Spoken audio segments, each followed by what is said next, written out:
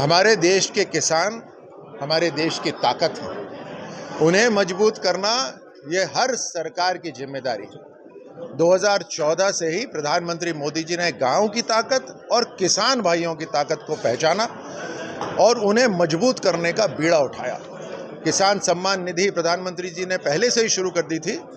मैं राजस्थान सरकार को बधाई देना चाहूँगा कि इस चुनाव के घोषणा में जो अभी हाल में जो 2023 का चुनाव हुआ है उसमें घोषणा करी कि हम प्रधानमंत्री सम्मान निधि के अंदर राजस्थान सरकार की तरफ से भी 2000 रुपये जोड़ेंगे। उससे हमारे किसान भाइयों को 8000 रुपये उनके खाते में पहुंचेंगे।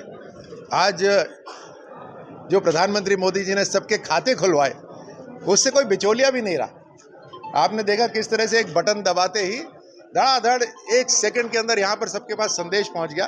मेरे को रामविलास जी ने दिखाया भी कि देखिए किस तरह से संदेश पहुँच रहे हैं। तो मैं धन्यवाद देता हूँ, बधाई देता हूँ। इसके साथ साथ हर तरह से हमने संकल्प लिया हुआ है कि देश की ताकत हमें बढ़ानी है।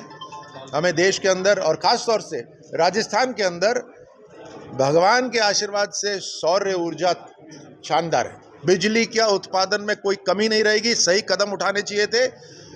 भजन लाल जी की सरकार ने या राजस्थान में भाजपा की सरकार ने तुरंत MOU कराए 1.5 लाख करोड़ का 1.5 लाख करोड़ का PSUs के साथ कराए।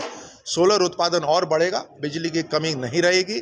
साथ साथ जो पानी की कमी पहले रहती थी उसमें भी सरकारों को एक इच्छा शक्ति से काम करनी चाहिए, जनता के लिए काम करना चाहिए। हर चीज़ में राजनीति नहीं करनी चाहिए। जो पिछली सरकार कर सकती थी, मोदी जी के साधनों से मोदी जी ने जो पैसे भिजवाए थे उन्होंने नहीं करा, लेकिन कोई बात नहीं। हमारी सरकार अब नदी से नदी जोड़कर यहाँ पर ERCP को लागू करके 21 जिलों के अंदर पानी पहुँचाएगी ताकि पानी की भी समस्या खत्म हो जाएगी। जब बिजली आ जाएगी, पानी आ जाएगा तो स्किल डेवलपमेंट हम शानदार तरीके से कराएंगे। और स्किल डेवलपमेंट के नए नए तरीके हम ढूंढ रहे हैं, आपको जल्द उसकी भी इतला होगी।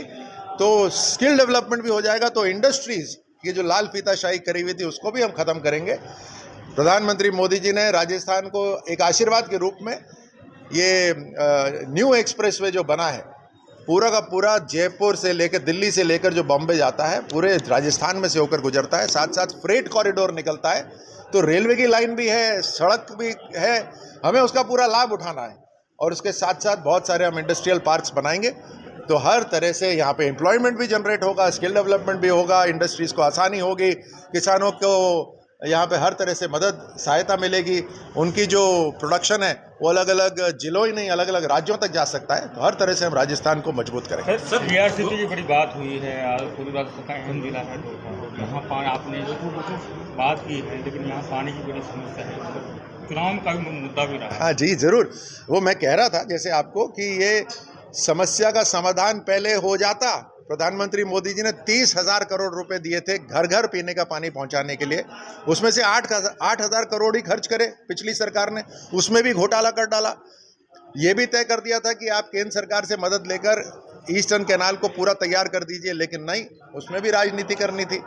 लेकिन कोई नहीं, देर से होगा लेकिन जरूर होगा और हम इसको करेंगे। सर कांग्रेस ये कह रही है कि बीजेपी राजनीति कर रही है, नेशनल प्रोजेक्ट घोषित नहीं कर रही है। क्या किस चीज़ की राजनीति कर रही है? ERCP का नहीं, हम तो पानी जरूरी है या नाम जरूरी है? पानी जरूरी सर, है। कांग्रेस प्रदेश अध्यक्ष डोटासरा ने हाल ही में कोटा में IG रवि दत्त पर अभद्र टिप्पणी की है कि उनको घुटने के बल चला देंगे, लेकिन भाजपा की तरफ से अभी तक कोई बयान सामने नहीं है। इसलिए आप बयान लेना चाहते हैं?